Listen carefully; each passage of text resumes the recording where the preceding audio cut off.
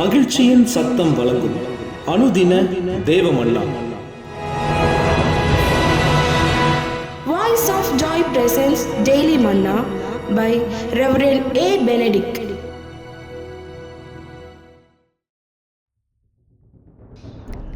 தேவனுக்கு மகிமை உண்டாவதாக. இந்த நாளுக்குரிய தேவ மன்னாவாக உபாகமம் 10ஆம் அதிகாரம்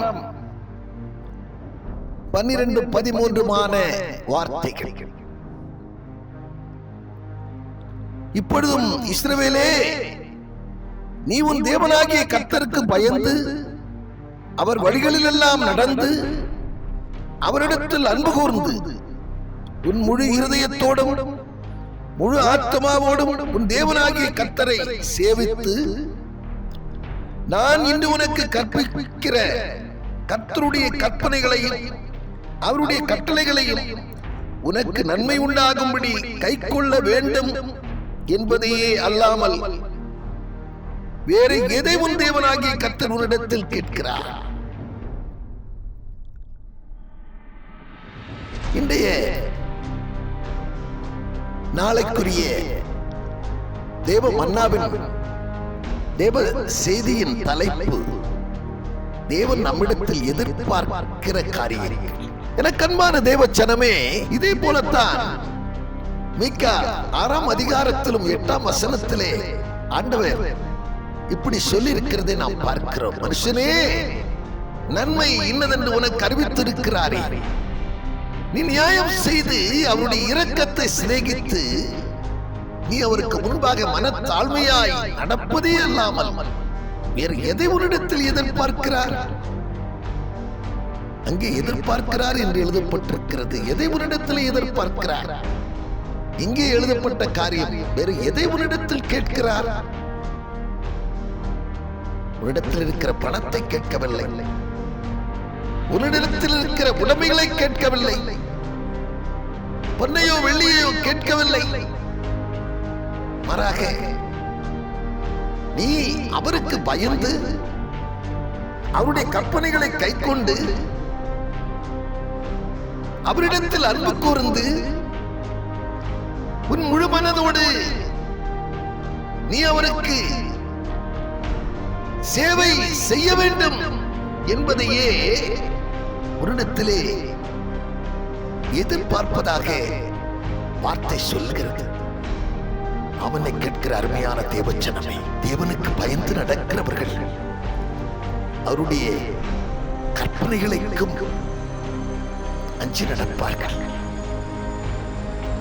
கர்த்தருக்கு பயந்த ஒரு வழிகளில் நடக்கிற மனுஷன் பாக்கியம்.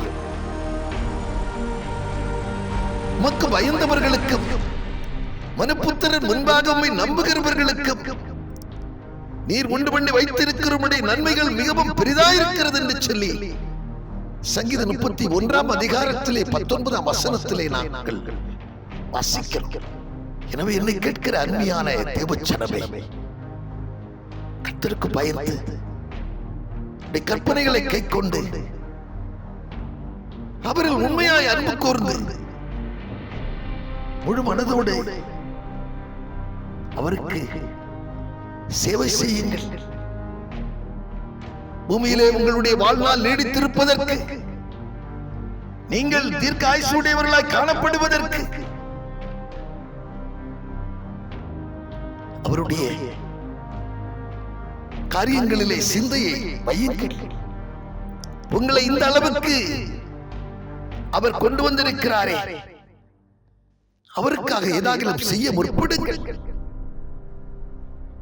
அவருக்காக ஏதாகலும் ஒரு ஊழியத்தை செய்ய நீங்கள் முன்னே வாருங்கள்.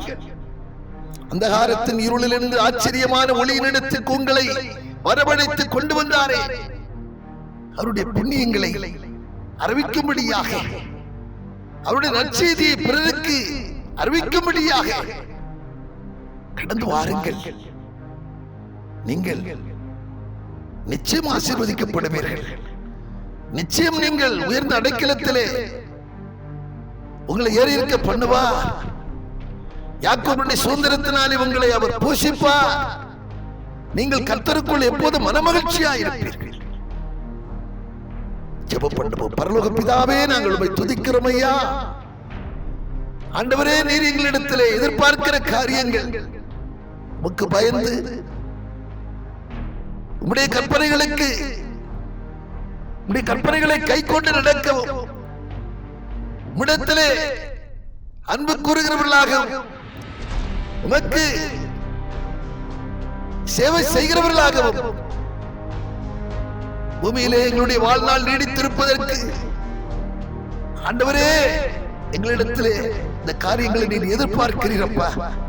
நீர் எதிர்பார்க்கிற காரியங்களை உடையவர்களாய் நாங்கள் காணப்பட, நீர் எண்ணுவதற்கு நினைப்பதற்கு மேலாகவே எங்களிடத்திலே நற்குணங்கள் வெளிப்பட, இவ சாட்சிகளாய் நாங்கள் என்று காணப்பட, நம்முடைய திருமணை நாங்கள் தாழ்மை உள்ளவர்களாய் காணப்பட கர்த்தர் எங்களுக்கு பேருதவி செய்ய வேண்டும் என்று கருத்தில் அர்ப்பணித்து ஜெபிக்கிறோம். பொறுப்படுத்திக் கொண்டு வழி நடத்தும் இயேசு கிறிஸ்துவின் மூலம் ஜெபிக்கிறோம் நல்ல பிதாவே. ஆமென்.